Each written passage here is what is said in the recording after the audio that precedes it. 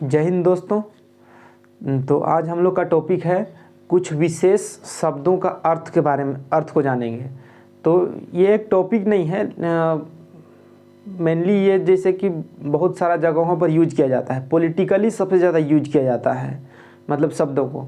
तो कुछ ऐसा शब्द है, कुछ विशेष शब्द है जिसको केवल एक ही शब्द का यूज किया जाता है बात विवाद में, और उस शब्द के माध्यम से उसका अर्थ बहुत ही मतलब मिस्टीरियस होता है, यानी रहस्यमय टाइप का एक अर्थ होता है, और उसको समझना बहुत ज़रूरी है।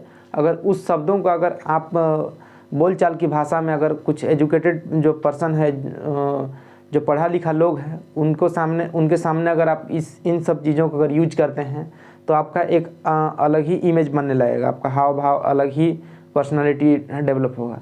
तो और मेनली आपको पर्सनालिटी डेवलप करना है या नहीं करना है वो अलग का बात है, लेकिन शब्द का अर्थ को जानना बहुत ज़रूरी है। तो देखिए, कुछ शब्द को लिए हैं, मेनली आज हम लोग 5 शब्द उठाए हैं, ठीक है। इन पांचों को आज हम लोग डिस्कस करेंगे और जानेंगे कि मेनली इस शब्द का मतलब क्या होता है, और बहुत ज़्यादा हेल्पफुल है ये शब्द।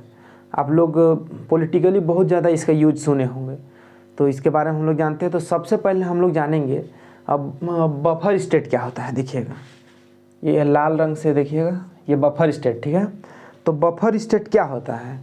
बफर स्टेट उसको बोला जाता है जो दो देश के बीच, यानी दो शक्तिशाली देश के बीच में एक छोटा सा देश आता है, उस देश को बफर स्टेट बोला जाता है।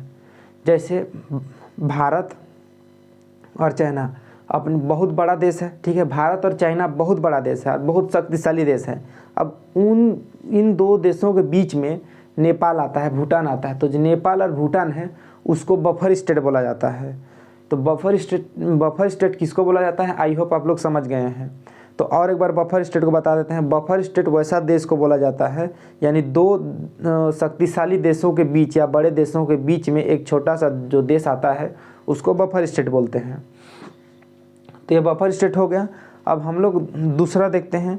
अब देखिए, कभी कभी ये जो बफर स्टेट है इसको यूज किया जाता है, पॉलिटिकली यूज किया जाता है। ज्योग्राफी में ये इंटरव्यू में पूछ देता है कि बफर स्टेट किसको बोलते हैं। तो आप इंटरव्यू में आप अगर पता नहीं रहेगा तो आप इंटरव्यू में इसे करियर कर मतलब किए रहिएगा, क्योंकि आप उसके बारे में सुने ही नहीं हैं।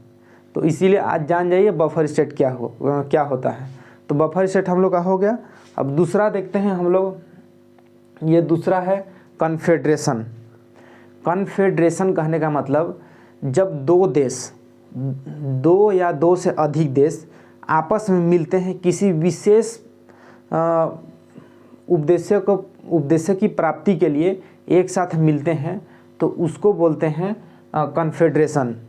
और एक बार सुनिएगा, कन्फेडरेशन का मतलब होता है कि दो या दो से अधिक देश आपस में मिलते हैं किसी विशेष उद्देश्य की प्राप्ति के लिए, तो उसको बोलते हैं कन्फेडरेशन। अब देखिए, विशेष उद्देश्य कहने का मतलब जैसे अभी कोरोना है, तो कोरोना काल में दो या दो से अधिक देश आपस में मिल के वैक्सीन बना रहे हैं। वैक्सीन बना के इस आपदा, ये पेंडेमिक है, इसको दूर करना है। तो ये एक उद्देश्य हो गया कन्फेडरेशन का। तो इस कन्फेडरेशन आप लोग समझ गए होंगे कि कन्फेडरेशन क्या होता है। कन्फेडरेशन का कहने का मतलब होता है कि दो या दो से अधिक देश आपस में एक साथ मिलते हैं किसी विशेष उद्देश्य की प्राप्ति के लिए। That's it. देखिएगा, इसको पढ़ देते हैं कि एक बार। बफर स्टेट दो बड़े तथा शक्तिशाली देशों के बीच छोटा सा देश बफर स्टेट कहलाता है। एग्जाम्पल दे दिए हैं, भारत और चाइना के बीच में नेपाल आता है। एग्जाम में पूछ सकता है ये सब।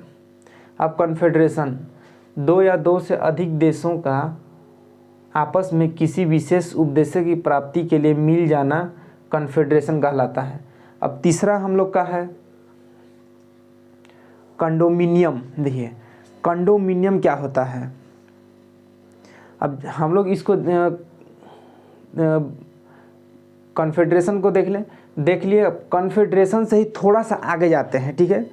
तो हम लोग जान जाएंगे कि कंडोमिनियम क्या होता है। देखिए, अब कोई राज्य है, ठीक है, एक राज्य है। अब उस राज्य को कोई अगला राज्य के द्वारा उसका शासन किया जा रहा है। कहने का मतलब मान लीजिए गुजरात है, ठीक है, गुजरात है। अब गुजरात का शासन राजस्थान और पंजाब कर रहा है, ठीक है। गुजरात का शासन व्यवस्था को दो अन्य राज्य यानी कि राजस्थान और पंजाब उसका शासन व्यवस्था को चला रहा है, तो उसको बोलते हैं कंडोमिनियम। अब इसको एग्जाम्पल में देखते हैं कि कंडोमिनियम क्या होता है। देखिए, जैसे एग्जाम्पल लेते हैं, ये गुजरात हो गया, ये गुजरात हो गया। अब ये हम लोग पंजाब देखते हैं, पंजाब और ये राजस्थान। अब ये दो देश नहीं, दो राज्य, इसका जो शासन व्यवस्था है, इसका जो भी शासन है, शासन व्यवस्था है, नियंत्रण है, ये पंजाब और राजस्थान संभाल रहा है। एक एग्जाम्पल के लिए हैं, ठीक है, ऐसा है नहीं, एग्जाम समझाने के लिए बता रहे हैं कि कंडोमिनियम क्या किसको बोलते हैं। कंडोमिनियम का मतलब होता है कि कोई राज्य को कोई अगला राज्य के द्वारा उस राज्य को उसका शासन व्यवस्था यानी उसका नियंत्रण करता है। देखते हैं, किसी राज्य पर दो या अधिक राज्यों द्वारा शासन या नियंत्रण को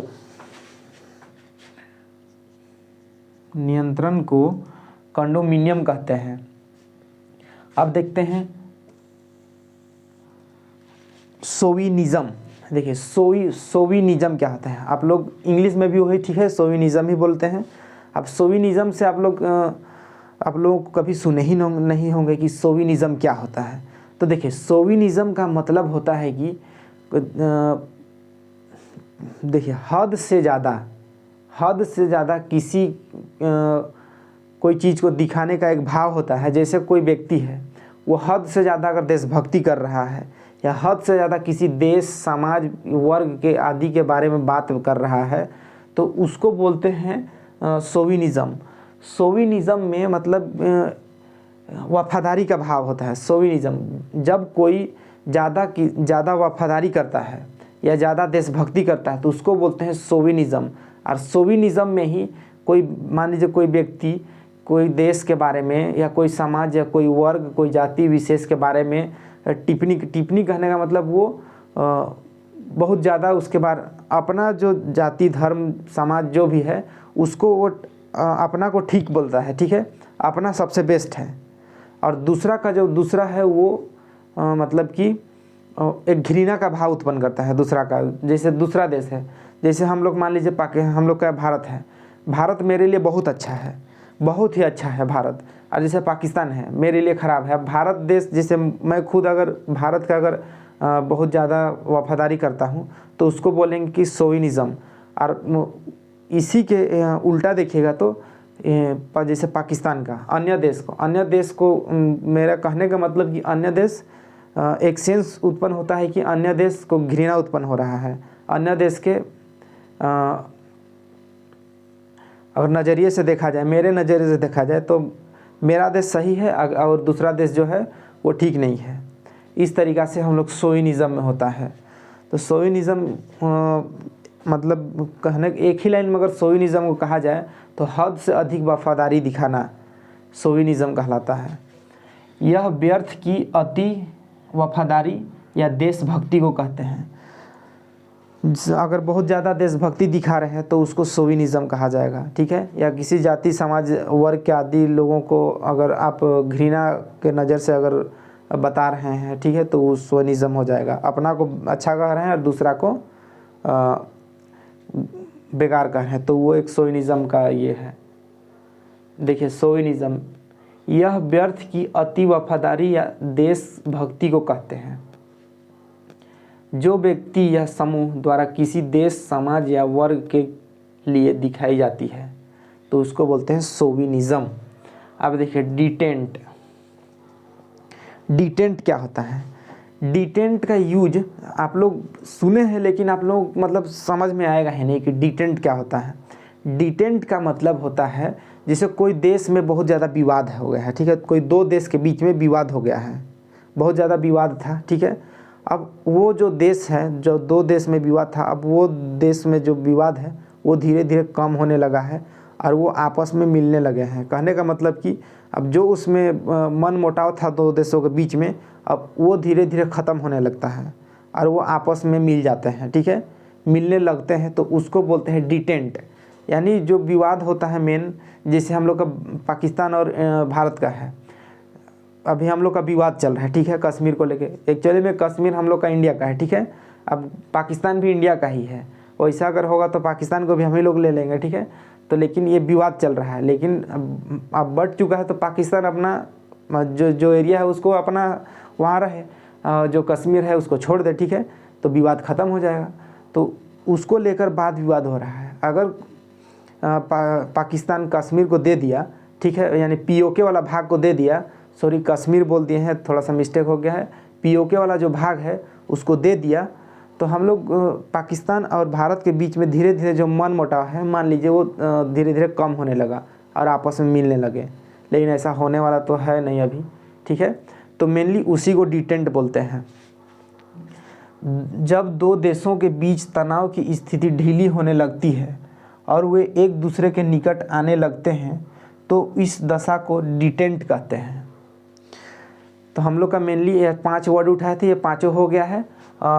देखिए हम लोग देखें, बफर स्टेट देख लिए, कन्फेडरेशन देख लिए, सोविनिज्म देख लिए हैं, डिटेंट देख लिए, ठीक है, और एक देख लिया हम लोग कंडोमिनियम देख लिए। तो ये पांचों हम लोग देख लिए। अब अगला नेक्स्ट हम लोग इसी तरह से 5 उठाएंगे और जानेंगे कि धर्मनिरपेक्ष क्या होता है, जातिवाद क्या होता है, उदारवाद क्या होता है, समाजवाद क्या होता है, तानाशाही क्या होता है, ठीक है, सह अस्तित्व क्या होता है। इन सब चीज़ों को हम लोग जानेंगे। तो आज के लिए इतना ही। Thank you.